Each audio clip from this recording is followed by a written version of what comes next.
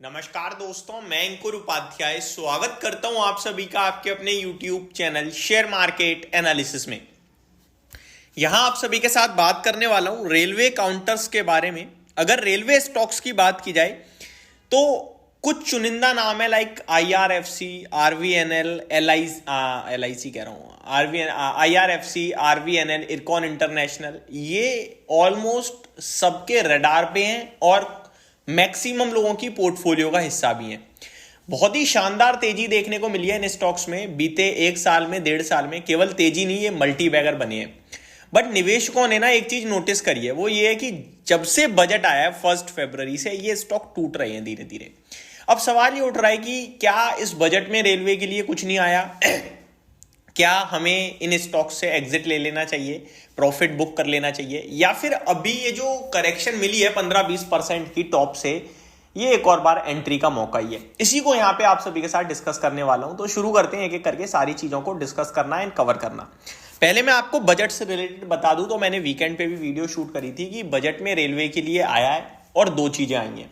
पहला आया है, लगभग सरकार 2,55,000 करोड़ का खर्चा करेगी रेलवे पे FY25 में, जो कि करंट फाइनेंशियल ईयर में 2,41,000 करोड़ का था। उससे 5% बढ़कर ही केपेक्स सरकार ने अनाउंस करा है रेलवे के ऊपर। तो यहां से तो मेरे को कोई दिक्कत नहीं दिखी।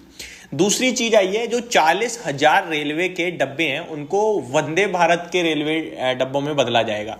तो ये भी रेलवे के लिए एक बड़ा काम आएगा और बड़ा प्रोजेक्ट मेरे को लगता है कंपनियों के लिए पहुंचेगा इससे भी। तो काम को लेकर और मतलब आगे के आउटलुक को लेकर ऐसा कुछ बजट में तो नेगेटिव मेरे को स्पेशली नहीं दिखाया। अब अंदर कुछ मार्केट को लग रहा है या कंपनीज को लग रहा है तो वो एक अलग बात है, बट जो चीज मैंने नोटिस करी है वहां मेरे को कुछ नेगेटिव नहीं दिखाए।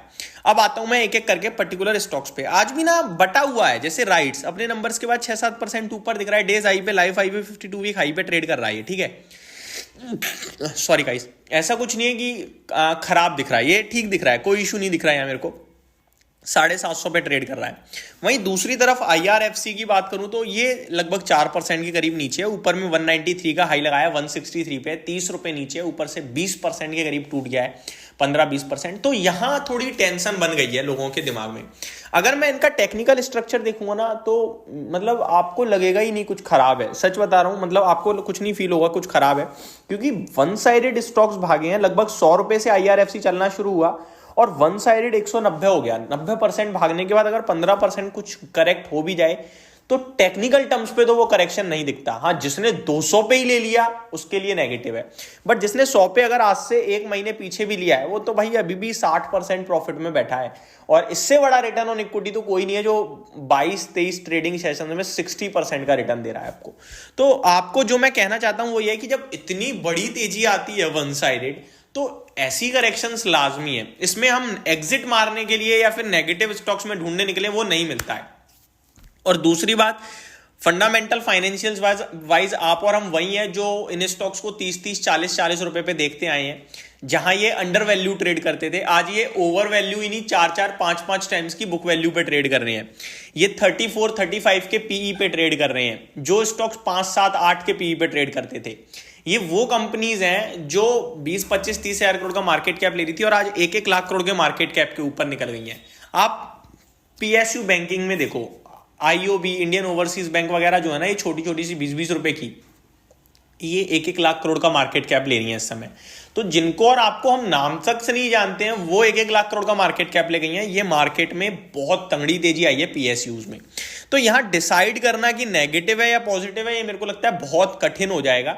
अच्छा यही रहेगा जो आपने लिया है उसको मैनेज करो बस। नेक्स्ट अगर मैं RVNL की बात करूं, अगर 283 पे है, इसमें भी हाई 350 का लगाया, ऊपर से ये भी 20% के करीब डाउन है। टेक्निकली ये भी खराब नहीं दिख रहा। चार्ट्स पे सपोर्ट देखने निकलोगे तो वो यहां से नीचे 250 रुपए के करीब निकल के आ रहा है टेक्निकल। बट एक दिन स्टॉक चलेंगे पूरा रेलवे 8-10% ऊपर हो जाएंगे, दोबारा हाई। तो मेरे लिए तो बहुत मुश्किल रहा है। बाकी फ्रेश एंट्री के लिए मैं रिस्क रिवॉर्ड के फेवर में हूं ही नहीं शुरू से।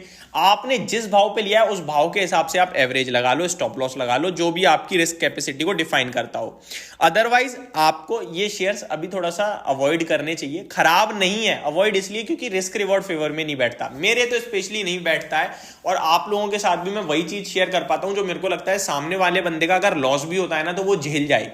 मैं ऐसा शेयर आपके साथ डिस्कस कर ही नहीं सकता हूं जो आज खरीदूं कल 10% का मूव दे रहा है। जरूरी नहीं है नीचे दे, ऊपर भी देगा। ऊपर देगा तो आपसे ज्यादा थैंक यू मुझे कोई नहीं बोलेगा कि भाई आप तो ग्रेट हो, आपने 10% पैसा एक दिन में बनवा दिया। बट वो मेरे को पता है ना, मैंने जो बनवाया है वो मैंने नहीं बनवाया, वो तो मार्केट ने बनवाया है। लेकिन जब बाजार लेके जाएगा तो मेरे से भरोसा नहीं उठेगा, लोगों का कनेक्शन ही टूट जाएगा लाइफ लॉन्ग। तो वो चीज मैं चाहता ही नहीं। मैं रिस्क इतना नहीं खुद भी नहीं ले सकता हूं और आपके साथ भी वही शेयर करता हूं। तो ये मेरा व्यू। और बाकी स्टॉक्स तो अच्छे दिख रहे हैं, अगर आपके पास है तो होल्ड करने चाहिए। अभी भी मुझे ऐसी कोई कमी या दिक्कत नहीं दिखती है। बट फ्रेश एंट्री के लिए मैं थोड़ा सा अभी भी चिंतित हूं। ये मेरी तरफ से आपके लिए राय होगी पूरे के पूरे रेलवे स्टॉक्स के लिए। और करेक्शन कुछ भारी नहीं आई है, थोड़ा साइडवेज हो गए हैं, बस इससे ज्यादा कुछ भी नहीं है। और बजट अभी भी रेलवे के लिए अच्छा ही आया है, ये आपको क्लियरली बता दूं। होप आपको सारी चीजें समझ में आई होंगी। Thank you so much for watching this video. Have a great day guys.